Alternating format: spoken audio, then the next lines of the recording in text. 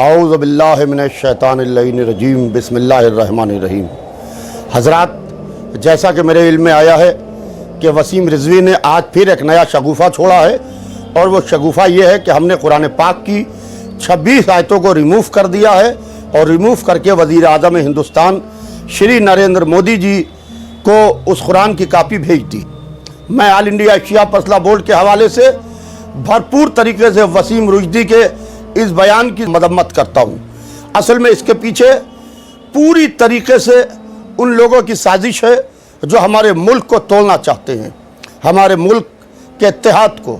ہمارا ملک ایک یکجہتی کا ملک ہے جہاں ہر مذاہب کے لوگ رہتے ہیں۔ کبھی اذان کے اوپر اعتراض کر کے مسجد کے لاؤڈ اسپیکر کے اوپر کہ لاؤڈ اسپیکر کی اذان سے ہمیں ڈسٹربنس ہوتا ہے، کورٹ میں یاچکا دائر کرائی جاتی ہے۔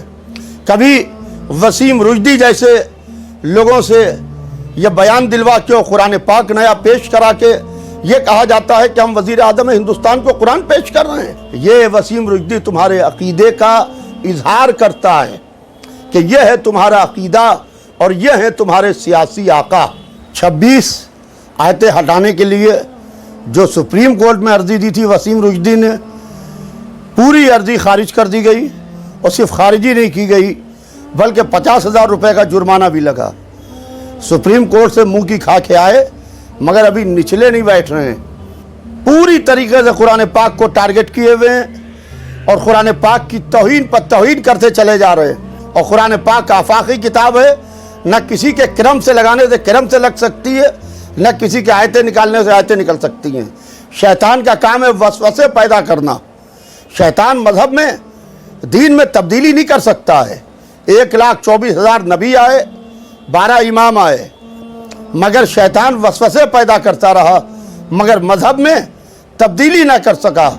وہی کام آج یہ وسیم رشدی بھی کر رہا ہے کہ وسوسے پیدا کر رہا ہے، لوگوں کے ذہن ڈائیورٹ کر رہا ہے۔ لہذا کوئی یہ نہ سمجھے کہ شیعوں کی قرآن پاک الگ ہے اور دوسرے مسلمانوں کا الگ ہے۔ نہیں، قرآن پاک ایک ہے فقط۔ آل انڈیا شیعہ مسلح بورڈ بہت ذمہ داری کے ساتھ یہ میسج دے رہا ہے اپنے اس ویڈیو پیغام کے ذریعے سے کہ قرآن پاک اللہ کی ایک کتاب ہے جو صبح قیامت تک ایک رہنے والی ہے۔ اس کتاب میں نہ کوئی تبدیلی ہونے والی ہے، نہ اس کتاب کا ایک بھی حرف اور ایک بھی آیت یا ایک بھی زبر و زیر ادھر سے ادھر ہونے والا ہے، بلکہ قرآن کی آیتیں تو نہیں بدلی جائیں گی۔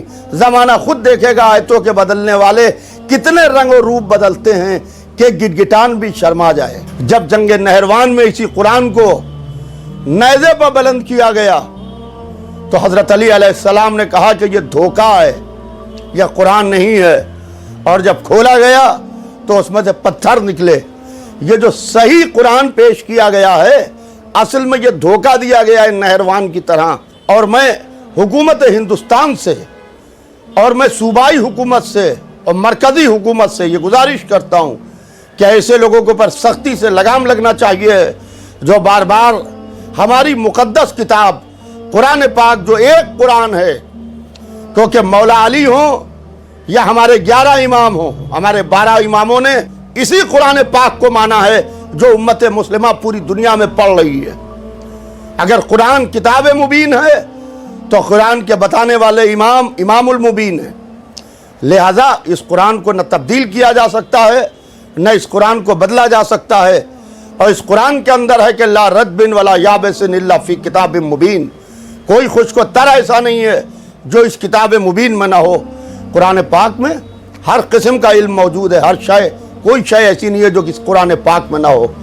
مگر 26 آیتوں کو کہہ رہے ہو کہ آتنکواد کی ٹریننگ دیتی ہیں جس کو ہم نے ہٹا دیا ہے۔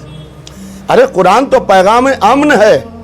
اب اگر سے اس کو گندے ذہن سے سوچا جائے تو وہ سوائے تمہارے جیسے لوگوں کو آتنکوادی دکھائی دے گا اور تمہارے آقاؤں کو آتنکواد دکھائی دے گا۔ وسیم رشدی، تم جیسے لوگوں کو یہ کس نے اختیار دیا کہ تم قرآن پاک کی توہین کر رہے ہو اور صحیح قرآن کی بات کر رہے ہو؟ کیا تم نے قرآن پاک کو صحیح بخاری یا صحیح مسلم سمجھ رکھا ہے جو دوسری کتابیں ہیں کہ صحیح قرآن بھی پیش ہو؟ ہمارے یہاں لفظ صحیح نہیں ہے، ہمارے یہاں قرآن ایک ہے اور صبح قیامت تک یہی قرآن ایک رہے گا، اور اس قرآن پاک کو جو مٹانے کی اور بدلنے کی بات کرے گا